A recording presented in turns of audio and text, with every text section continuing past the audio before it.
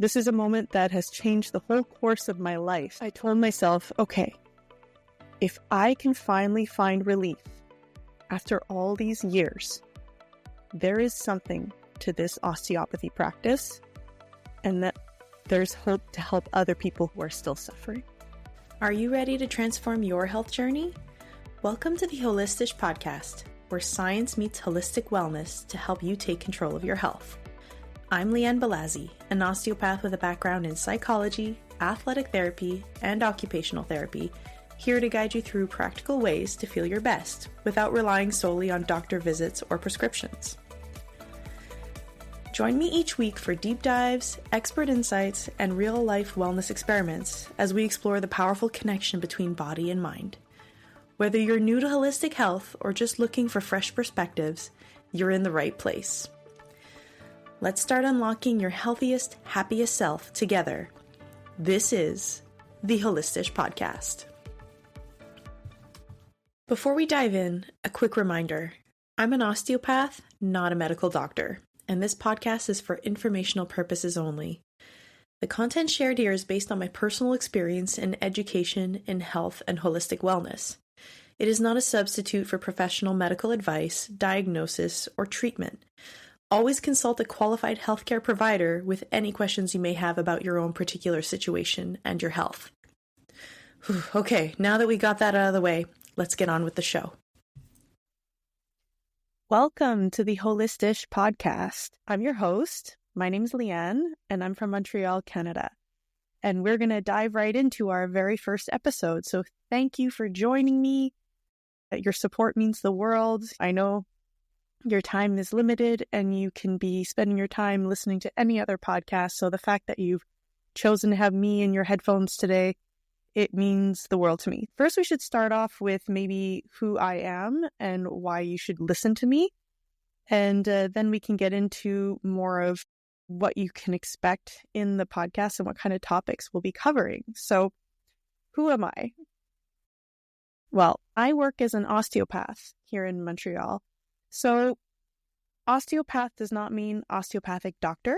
In the US, when you have a DO next to your name, it means that you are a doctor of osteopathy. And you'll probably consult some medical doctors in the States and they may have a DO. You can even be a surgeon with a DO next to your name in the United States. I do have a DO next to my name as well, but it is of the Quebec category. And that means I'm an osteopathic manual practitioner. So I stay to manual therapy, all within respect of osteopathy's manual techniques.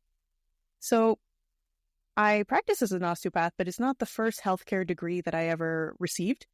I started off knowing I wanted to help people in the health space, but not sure what. I was kind of a lost soul, not knowing what I wanted to do for my career, but I always knew I wanted to help people.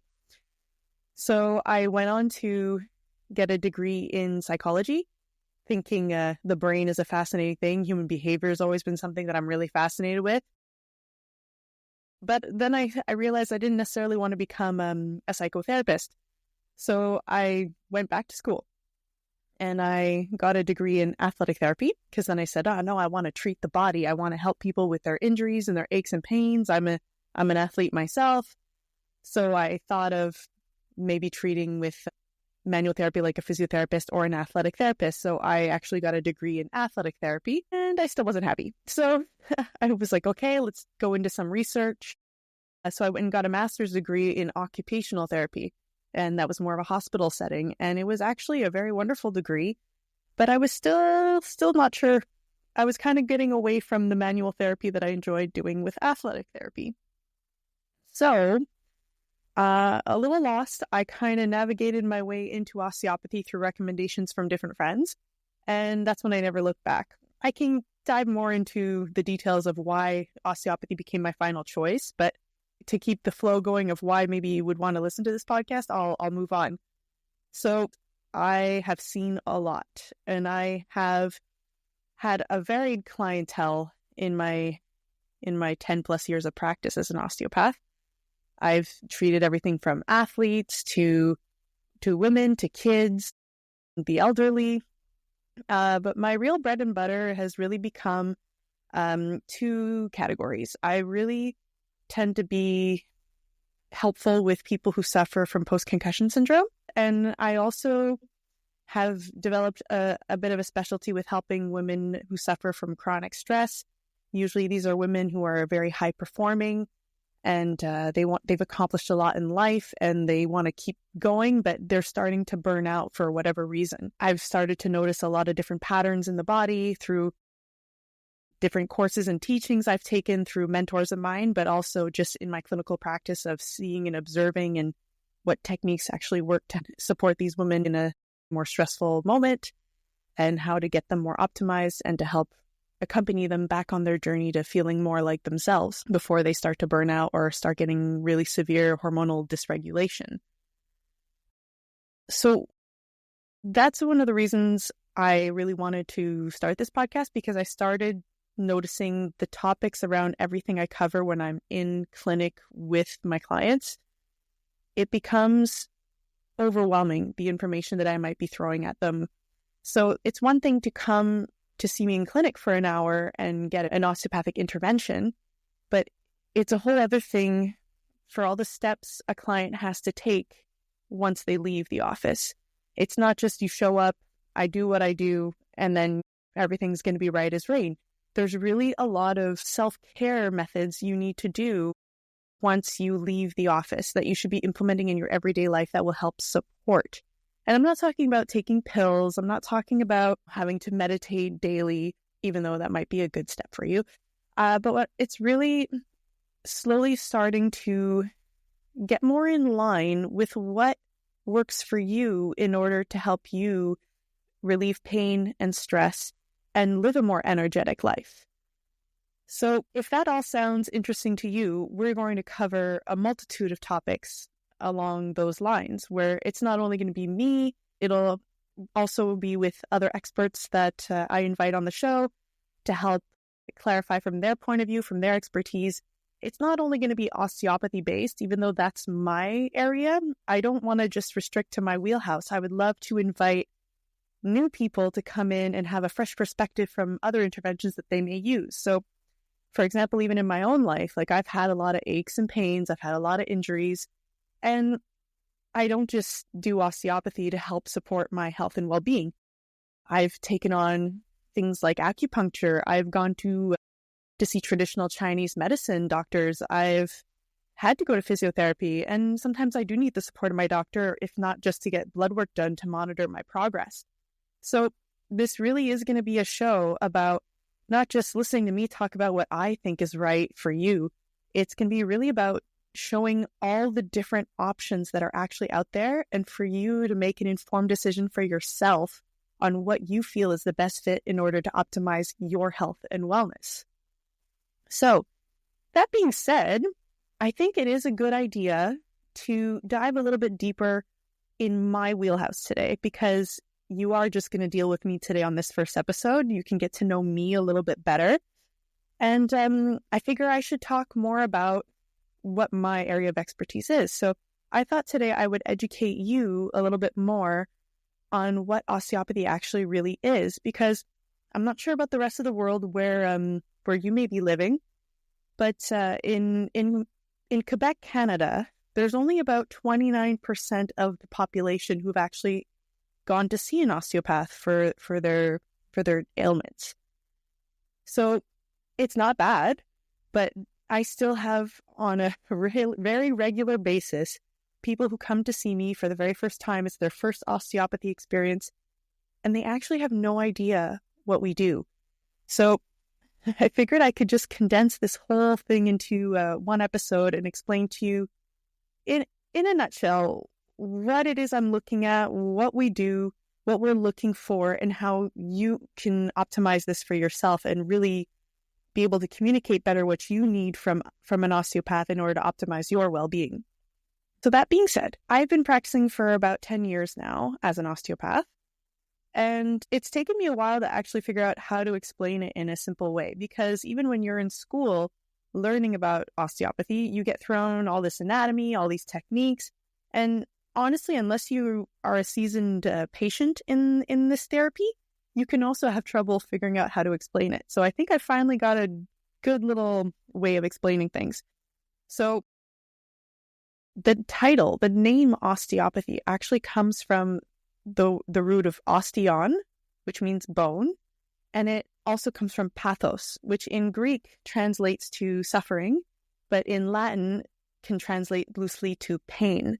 So we're basically trying to emphasize that, suffering and pain can come from the bone. That's a bit of a superficial way to look at it. It's really to say more your structure. Your anatomical structure can be the source of your suffering, but also of your deliverance from that suffering. So osteopathy actually found its roots in the late 1800s, and it was founded by Andrew Taylor Still, who was actually a doctor in his time in the United States. And he actually lived through a pretty intense time in life where, there was a lot of disease. People were dying from pneumonia. We were blessed in this day and age to be able to have so many different medical interventions to help us overcome those things. But in his day and age, it got a little intense. Like he lost his wife from complications in childbirth. And then he lost 3, I believe, of his 4 children to complications relating to spinal meningitis and pneumonia. And it took pretty much a bad toll on him. You can only imagine. This guy believes in medicine. He believes in the act of healing people through medicine, and medicine kept failing him. So it got to a point where he decided, I'm going to dig deeper and go see how I can find the actual source of disease in order to help heal. So pretty intense statement, right? Basically, when it comes to osteopathy, he really believes that all pathology comes down to anatomy. So, in other words, if your structure is functioning well, then disease won't be able to proliferate. So it won't be able to take advantage of the malfunctioning area and expand. Very intense statement, but this is where he's coming from. So just bear with me, all right? It doesn't mean every osteopath believes 100% that if you're perfectly unblocked somewhere that you won't get a disease. That's not what I'm saying. But this is where our roots come from. Did Andrew Taylor Still end up proving this to be true? Not sure. But it does bring a lot of optimized wellness and health benefits in other ways. So let's dive in a little further. So he chose osteopathy also because he was coming from an era where heroic medicine was really intense. Like, you're basically trying to shock your body back to health. And this type of medicine, in the end, wasn't doing anyone any favors. He was watching a lot of his patients suffer under these heroic methods, some of them being techniques like bloodletting. So that was the philosophy that if you drain someone's blood enough, the disease will spill out. But then people start suffering from anemic reactions or too much blood loss. So he became determined to find a better way. So he eventually founded osteopathy in 1874. And he was believing that the musculoskeletal system held the key to overall health. And his idea was really revolutionary at the time. It was, if you can fix the structure of the body, then the function would follow. So in other words, if anatomy works well, the physiology will be optimized as well.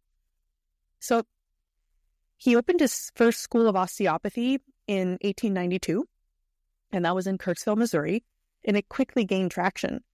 By the 20th century, osteopathy had spread across all the USA, and it was actually making its way into Europe, where, thanks to Dr. John Martin Littlejohn, he founded the first European osteopathic school in 1917. This international expansion laid the foundation for what we now know as the difference between osteopathy practice in the US, Europe, and Canada.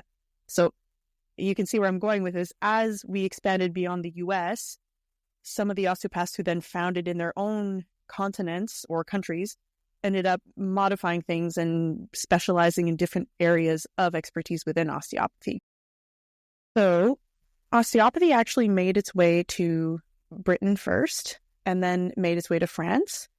And then in around the 1980s, a French osteopath named Philippe Druel made his way to Canada and founded his first school of osteopathy right in Montreal, Quebec. And it's called the Collège d'études ostéopathiques, or the Canadian College of Osteopathy.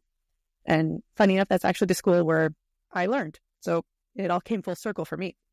So osteopathy has 4 main principles that it runs by. Every osteopath learns these 4 main principles. This is what we use in our philosophy of our everyday life when we're working with someone. All of our techniques are rooted in these main principles. These principles are really the backbone of what we do. So principle number 1, the body functions as a unit. So the first principle is that the body functions as a whole. This means we don't just treat a knee or just a back. Instead, osteopaths take a step back and we assess how your whole body is functioning. So for example, a knee problem may actually be linked to issues in your hip or your lower back or other places. The body is interconnected, and osteopathy looks at all of these connections in order to really get to the root cause of your issue. Principle number 2 is structure governs function. Simply put, the way your body is built has a huge impact on how it works. If your joints, muscles, or bones are misaligned, that can disrupt your ability to move or even affect other systems in your body, like your digestion or your circulation.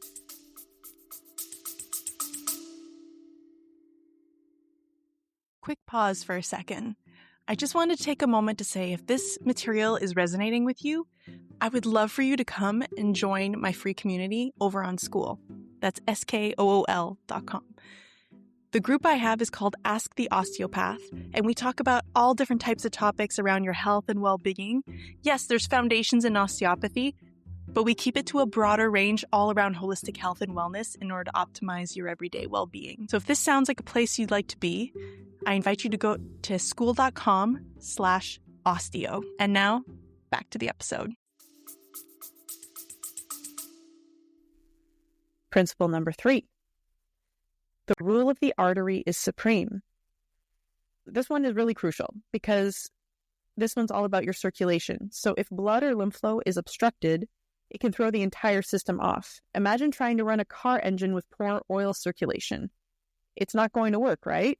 And in the body, your circulation plays a similar role. And we ensure it's flowing freely through palpation techniques. So imagine every artery, vein, every blood vessel basically in your body is like a pipe. If you have blockages in your system that end up squeezing on these pipes, you're not going to get the efficient oxygen and carbon dioxide exchange in that area. You won't be completely cut off, but it's not going to be great. So we're just trying to say the more the structure is actually where it's supposed to be, the more the circulation, or in other words, the pipes, are going to have less pressure on them in order to be able to deliver the blood flow or lymphatic drainage the way it's supposed to. Principle number 4. The body has the potential to heal itself. Now, this one's really important. Osteopaths believe that the body has an incredible ability to heal itself, and it's in this balance where we find the healing. When the structure of the body is in alignment, the body's natural healing mechanisms can actually kick in. And it takes less energy to put in those healing mechanisms in place. So it's making the body more resilient and capable of recovering from illness and injury. So we've covered the theory, but what do osteopaths actually do in a session? The main tool an osteopath uses is their hands. Through a technique called palpation, we assess the body's tissues, muscles, bones, organs to detect imbalances or restrictions. It's not just about feeling for where the pain point is, which can actually feel really tight or very restricted, but it's feeling how everything is moving and functioning together in order to restore that balance. So what is palpation? Palpation is actually a finely tuned sense of touch. So if we put it simply, osteopaths spend years honing in this ability to feel small changes in the body, whether it's tight muscles, restricted fascia, or blocked blood flow.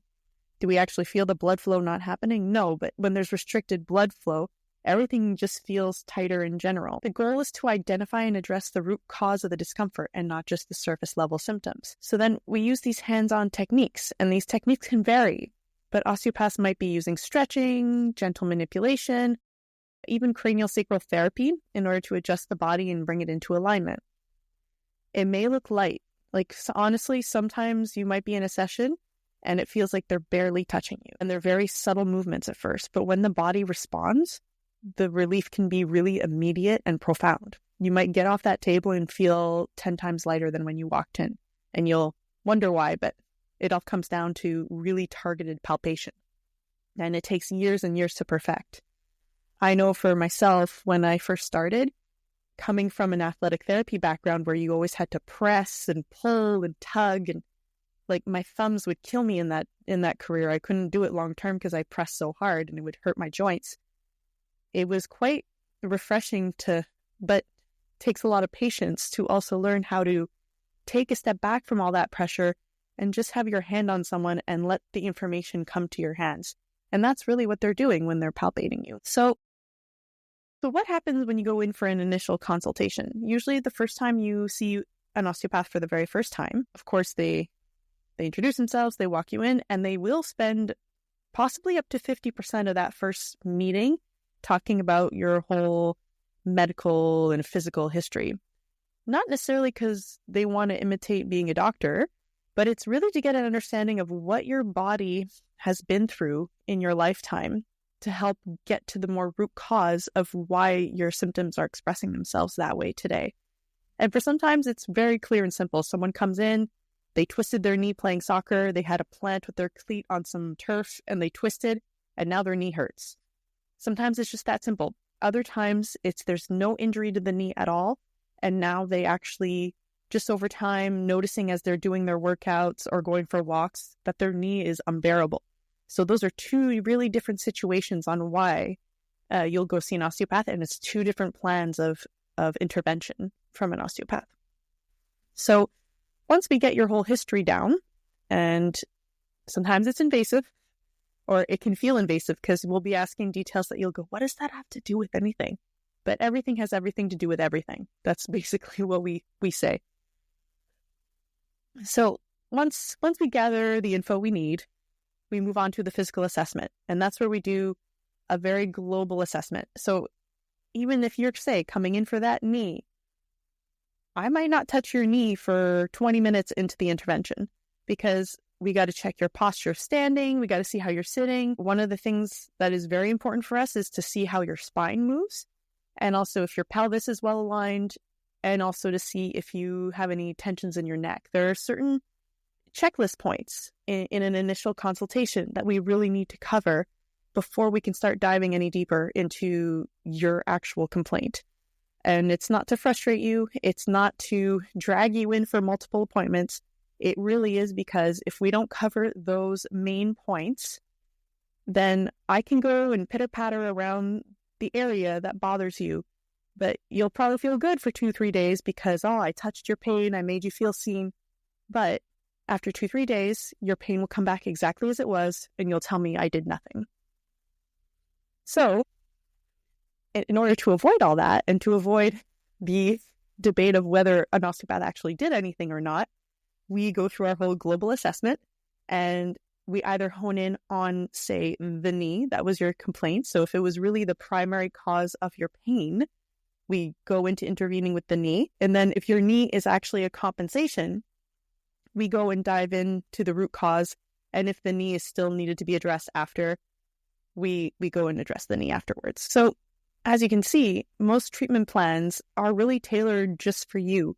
And it's not just in that one appointment. It's really every single time you come back for a follow-up, we don't just assume it's exactly the same. We have to reassess you every time because every treatment with the same person will be very different. It really keeps our days interesting because every single person that comes through my door, I could have a day where it's all people who have a shoulder complaint. And that's actually happened. I have theme days where people come in and it's always my shoulder hurts. And I will step out of there and I will have, say it's a day of 6 patients, or say it's a day of 6 clients. I will have a day of 6 shoulders, and there will be 6 different reasons why that shoulder hurts. And I can dive into all that in maybe a future episode if that interests you, but no treatment is the same.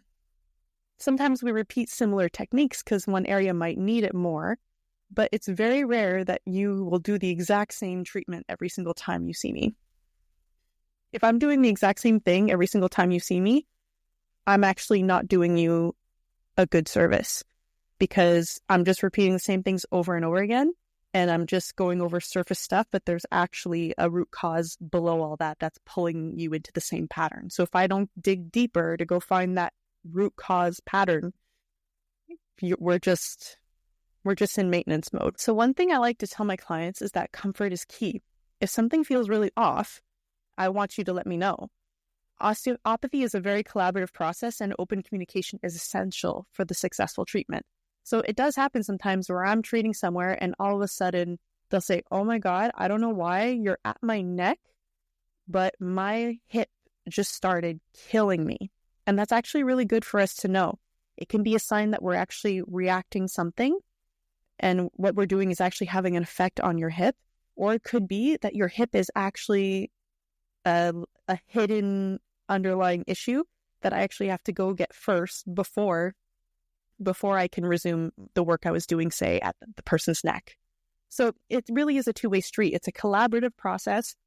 And even though I may be feeling something while addressing an issue in someone, you always are the person who knows your body best. So you have to be able to communicate with me and not be shy to tell me. Personally, I don't take any offense if someone says, oh, something just popped up and it's really bothering me. I would really love for you to check it. I encourage you to actually express that.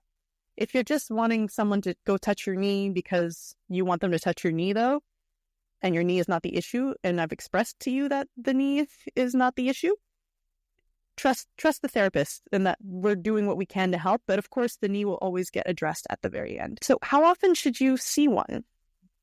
An osteopath, that is. Well, the frequency can really vary. It does happen that people come to see me for the first time and they say, okay, well, how many treatments do I need from you? And it's very hard when you don't know the person well. Once you've had someone on your regular roster for a while, or for example, like I have a patient, she comes to see me usually once a year. If she needs something more, usually I can tell because things won't release as well, or this problematic she's coming with is a little more complex, and the tissues give you that kind of response when they normally would release better and they're not. Usually you want to see someone a little more often.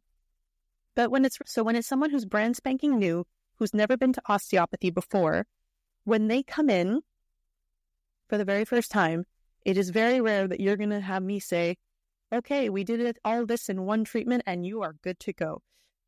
Don't get me wrong, it's possible. Nothing's impossible.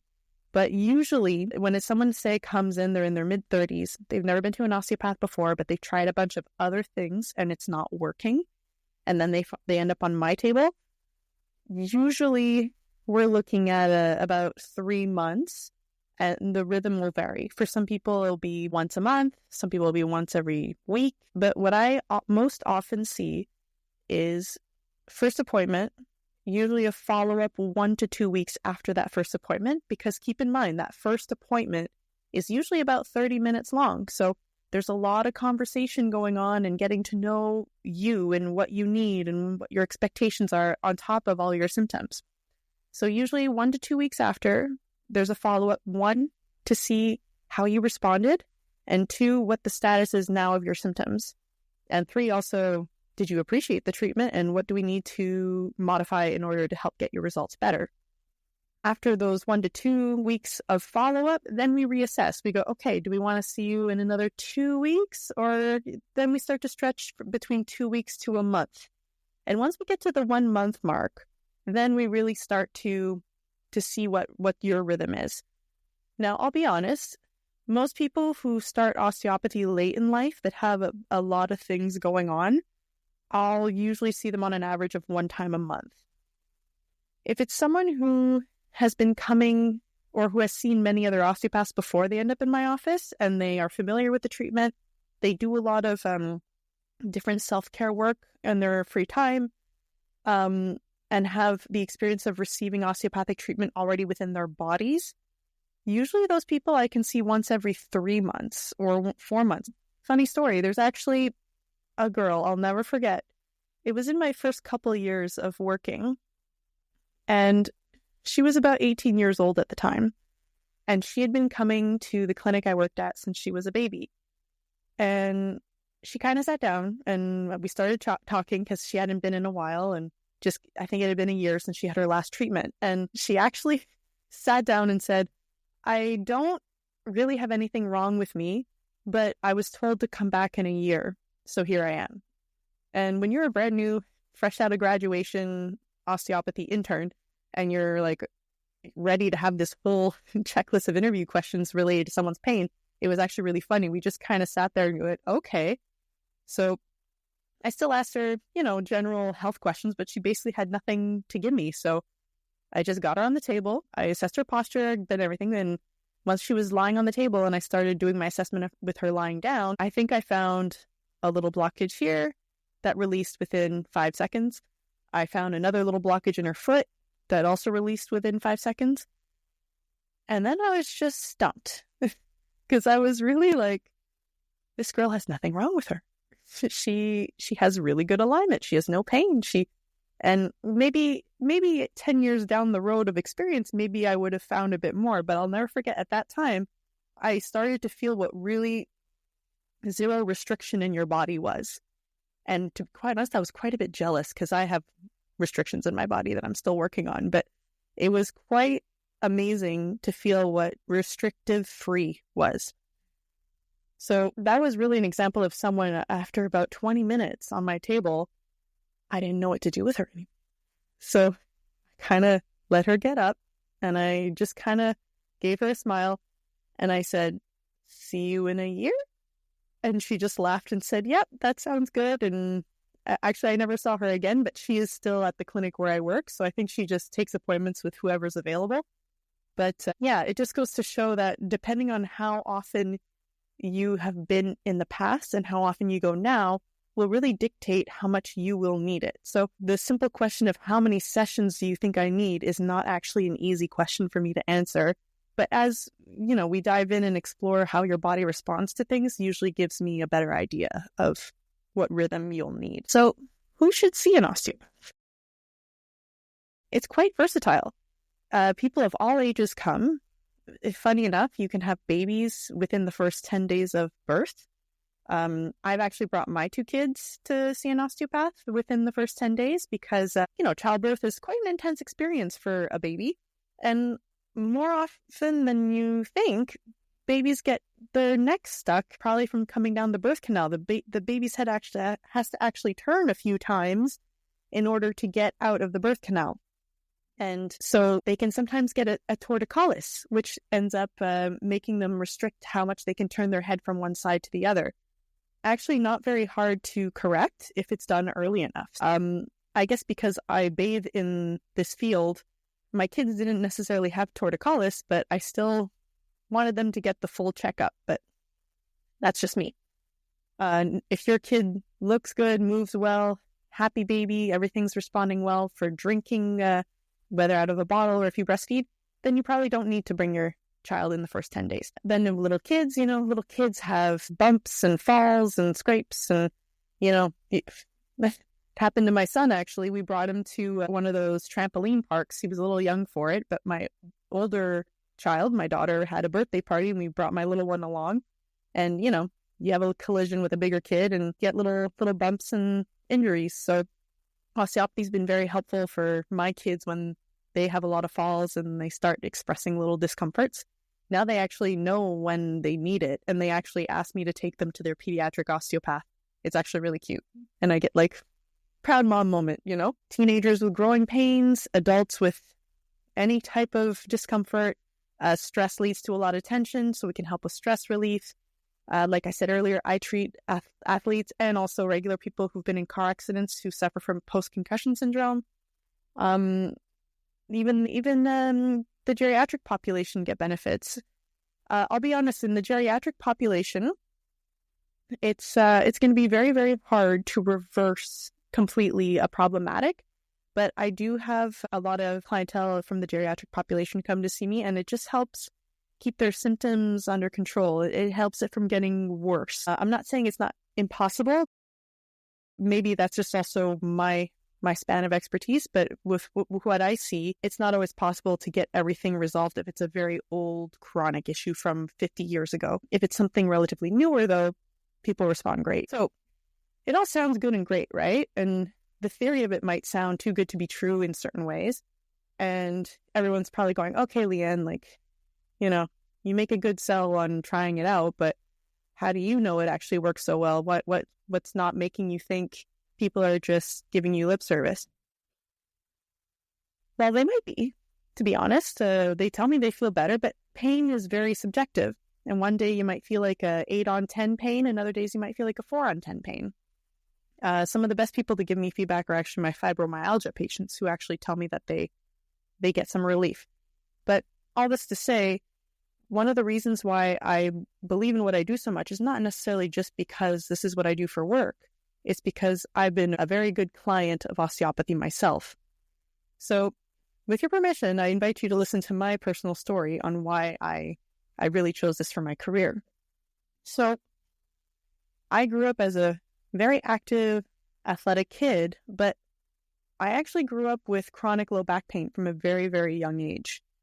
Now, I'm not sure how I got this injury, but I remember being 4 years old, telling my parents my back hurts. And they didn't really know what to do with that. They were kind of like, okay, let's go see the doctor and let's bring you to a physiotherapist and we'll see what happens. So I did that multiple times. Go see the doctor, they check me for scoliosis, and then they send me to physiotherapy. And the physiotherapist would give me some core strengthening exercises, mostly strengthen my abs and stretch out my low back. And I'll be honest, it was helpful, but it wasn't the be-all, end-all solution. So it was a very frustrating process for 28 years. Yeah, long time to have chronic low back pain.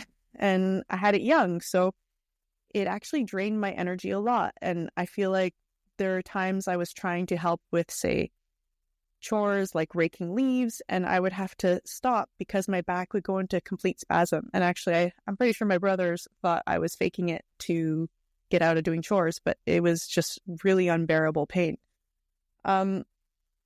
So I still did all my sports, but I always had very, very tight muscles. So it was only once I got to osteopathy that I actually got my answers. So funny enough, I got into the program in osteopathy, but I didn't really ever go get a treatment before studying it, because osteopathy, like I said earlier, is not the most well-known intervention still in Canada. There are more schools opening up. There's more awareness year by year. I'm starting to hear doctors prescribe it more, which is fantastic. But even from just 10 years ago, when I started practicing, I wasn't getting doctor prescriptions, and people would ask, what do you think? And the doctor would say, no, I'll go to physiotherapy instead, which is fine. You don't know what you don't know, right? So even myself, I had graduated from occupational therapy, and I was realizing that I couldn't handle with my back, transferring patients from wheelchair to bed. Just, it was more physical with using my back a lot. And I was starting to feel like I'm going to burn out so quick doing this if I stay in this kind of practice. In hindsight, I probably could have chosen a different branch of occupational therapy instead of switching my career completely, but I'm really glad I did, and I'll tell you why. So I had graduated from occupational therapy, had done my internships, worked in hospital, and finally I was searching for something else. And with a bit of soul searching and talking to other colleagues and old professors, I actually discovered that, no, I didn't discover, they actually helped me discover that osteopathy might be a good option. I even have a family friend, he's a family doctor, and he works with a lot of osteopaths. And he was telling me, go do osteopathy. It's the future. It's the best. And I was actually really surprised that he was so knowledgeable about it. So after multiple people telling me that this would be a good fit for me, I went to the school. I went to the Canadian College of Osteopathy information session, and I signed up on a whim. I heard a bit of what I'm telling you today, how, these are the principles and it's all anatomy based. And I'm actually a big anatomy nerd. And if you're not an anatomy nerd, you won't like studying osteopathy. But I am fascinated with the human body, how it all comes together, how it works. Like, I also love physiology. The human body itself amazes me. So I just said, okay, I don't know what this is, but I know I'm going to learn a heck lot about the human body. So just blindly dove in and said, let's go. But, the first year, you're still trying to gather together what it all means. So you dive into a certain area of the body, you learn a lot of the techniques, but you don't necessarily know how to put it all together. And to be honest, you only start really figuring out how it all comes together once you get into your 5th year in the program. It's really when it all comes full circle and all the light bulbs go off and you go, whoa, that's what I've been learning this whole time. Yeah. So you have to be really patient and resilient when you go into one of these programs. So I'm in my first year and we were learning about the foot or something. So I had my socks off. I was barefoot, but I was treating my partner. I was learning one of the techniques. And the teacher comes around and he's one of the co-founders of the school. And he's a former doctor, engineer, and osteopath. And he had about 30 years or more of experience under his belt already. So he just sees how I'm moving. And I was actually low energy that day. Like my back was starting to kill me. And he just looks at my feet. And actually I have funny looking feet. Like I'm not going to show you that on the video or on YouTube or anything, but I have toes that are actually very curled. And they kind of look like cat claws. And he just told me, you look like your back is killing you. And I'm like, oh, you can tell my posture's off? And he goes, no, I'm looking at your feet and your back must be killing you. And I just looked at him like, that's such a creepy thing to say. But then he started saying like, your orthotics won't do you any good. And I'm a little taken aback. And I'm just like, well, no, the orthotics are the only thing that's helping me, blah, blah, blah. And he just goes, see me after class. And I'll be honest, I am not someone who gets called into the teacher's office after class. So I go see him after class, and we have a big therapy table on the stage of where our course is happening. And he just starts asking me a million questions. So he basically started interviewing me like I was having my first appointment as a patient. And I didn't realize he was going to do this, but he started getting to work on treating me. I did not ask for it. I did not expect it. But I think he saw that I was struggling so much with the physicality of the work that he knew something had to change for me in order to be able to be convinced that this has something, that osteopathy has something to offer. I think he saw I had doubt on whether I was actually going to stick in this program or not, because I was just seeing a million techniques I had to learn by heart, but I didn't know if it was actually going to lead anywhere. So yeah, he rows me on my side. He takes contact with my hips, right at your hip bones, right at your waist, and he just pushes down on it, and I hear clack, clack, clack, clack, clack. It's not my hip he's cracking. He's actually cracking my back through connections with my hip. He did that on both sides and then told me, like, you've had a lot of impacts on your coccyx and on your sitting bones as a child. And I said, well, yeah, I was a figure skater for 5-6 years. I was just about to go into competitions when I quit. But the amount of falls I took because I wanted to master the best sit spin and, just all the different techniques you learn. You fall on your butt 20 times in an hour, minimum. So anyway, I get off the table after this 1.5-hour session, and it was life-changing.